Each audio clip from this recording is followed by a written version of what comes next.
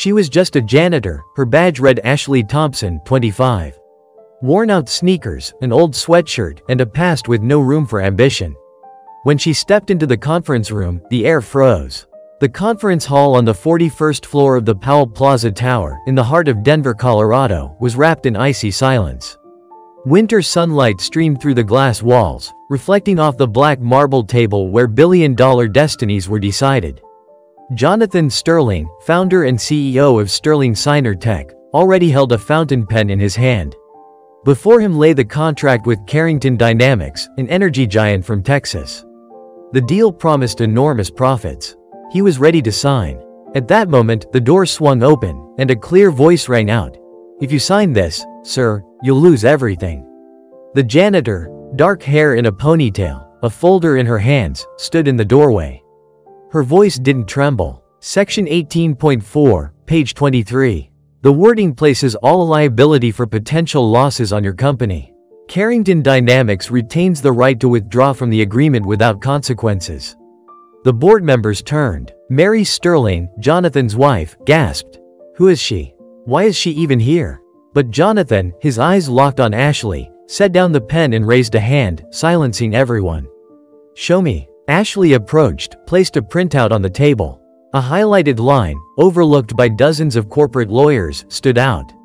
"This is a trap." The phrasing is ambiguous, but in essence, they're shifting all responsibility onto Sterling Signer Tech. "If the deal collapses, you'll be left with nothing. They walk away clean. We hired the best lawyers," Mary whispered. But tablets buzzed across the room. Alan Cooper, the CFO, was the first to look up. "She's right. This completely alters the legal implications." "This is absurd," snapped one of Carrington's representatives. "You're listening to a janitor?" "A janitor with a law degree from the University of Colorado," Ashley replied calmly. "I just couldn't stay silent."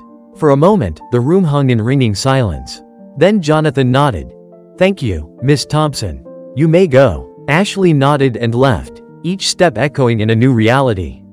She knew her life had already changed. The next day, Ashley was summoned to the 41st floor. Just yesterday, she'd been an invisible janitor. Now, she was expected in the CEO's office. After canceling the Carrington deal, Jonathan Sterling had reviewed the contract details himself and realized the gravity of the mistake no one had caught. Except her. He studied her file, her university papers, her diploma. He understood. This wasn't just a random girl with a mop, but a lawyer with a real talent for analysis. By morning, she'd been formally offered the position of Chief Legal Counsel at Sterling Signer Tech. No probation, no formalities. This decision marked the beginning of a new chapter, not just for her, but for the entire company. Ashley no longer cleaned offices. Now, she signed contracts instead of dusting their copies.